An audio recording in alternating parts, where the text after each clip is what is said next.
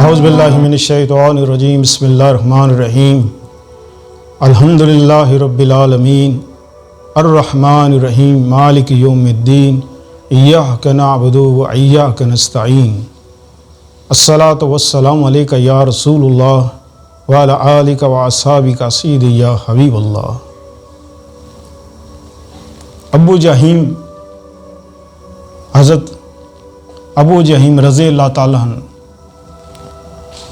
ان کے چچا میدان جنگ میں گئے ہوئے تھے، تو ان کے ذہن میں یہ آیا کہ میرے چچا جنگ میں گئے ہوئے ہیں،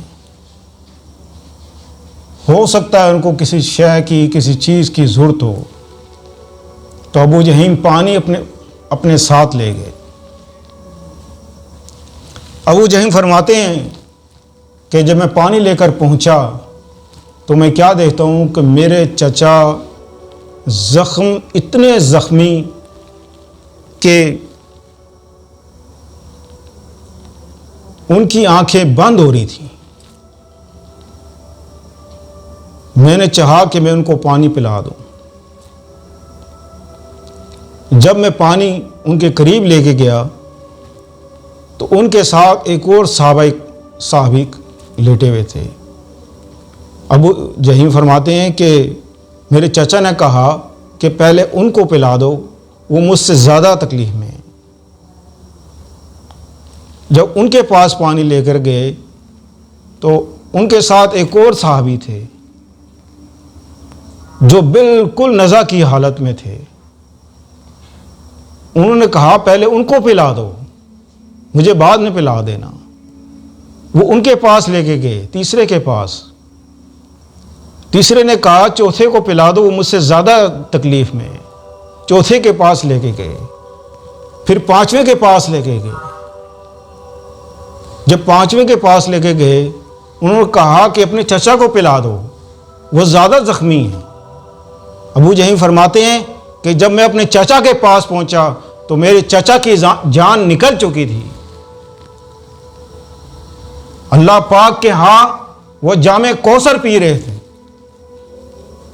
پھر میں دوسرے کے پاس گیا، وہ بھی ان کی بھی روح نکل چکی تھی، وہ بھی اللہ کے ہاں جام کوثر پی رہے تھے۔ پھر تیسرے کے پاس گیا، وہ بھی جا چکے تھے دنیا سے۔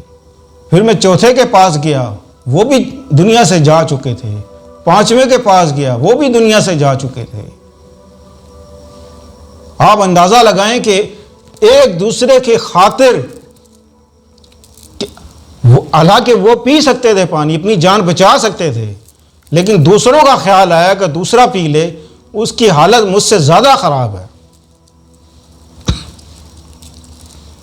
دوسرے نے کہا تیسرے کی حالت مجھ سے زیادہ خراب ہے۔ تیسرے نے کہا مجھ سے زیادہ حالت خراب چوتھے کی ہے۔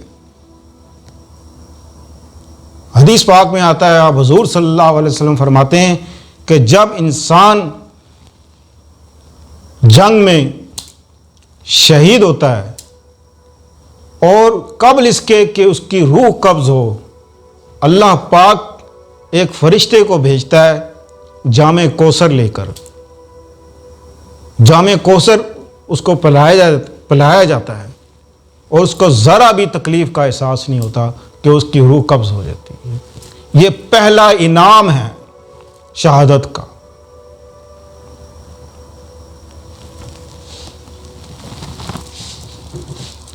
ایک ہماری حالت ہے، ہم دوسروں کا مال بھی کھا جاتے ہیں اور اپنا بھی کھا جاتے ہیں، دوسروں کا بھی کھا جاتے ہیں، نہیں احساس رہا ہمارے اندر کسی کا۔ ہمارے اندر کوئی انسانیت نہیں رہی۔ اسی وجہ سے آج ہمارے اوپر اتنا بڑا عذاب آیا ہوا ہے کہ ہم ایک دوسرے کا خیال نہیں رکھتے، بس دوسروں کا مال بھی ہڑپ کر جاتے ہیں۔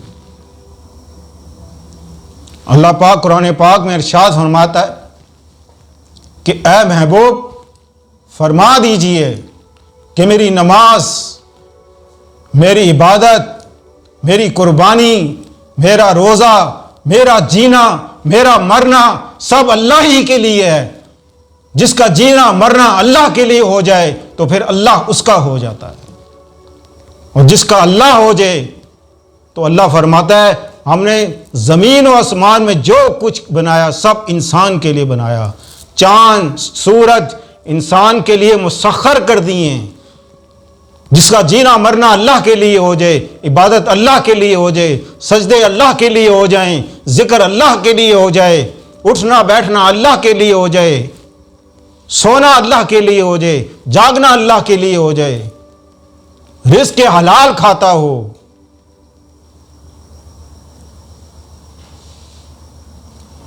تو پھر اللہ اس کا ہو جاتا ہے۔ پھر وہ جو بات منہ سے نکالتا ہے اللہ پاک فوراً قبول کرتا ہے، لیکن اس کو کوئی حاجت رہتی ہی نہیں ہے، اس کا دل اتنا مطمئن ہوتا ہے کہ اس کو کوئی حاجت رہتی ہی نہیں ہے کہ اللہ سے وہ مانگے، وہ اللہ سے اللہ ہی کو مانگتا ہے۔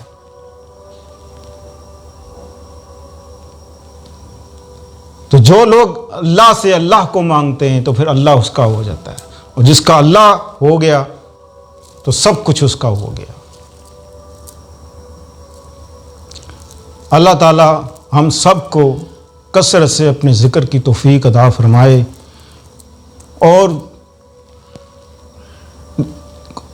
بے لوث کوئی ہمارے اندر حاجت بھی نہ ہو کہ ہم اللہ کی یاد کریں، ایسے ذاکرین بن جائیں، ایسا ذکر کرنے والے بن جائیں۔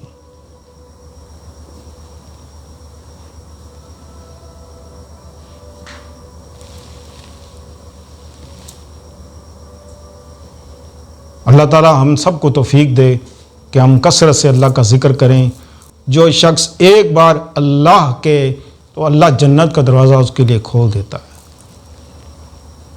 آپ اپنی دعاؤں میں ہمیں یاد رکھیں، اور ہم بھی آپ کے لیے دعا گو ہیں کہ اللہ تعالیٰ آپ کی ہر حاجت، ہر دلی مراد پوری کرے۔ آپ جس پریشانی میں اللہ تعالیٰ آپ کی پریشانی دور کرے۔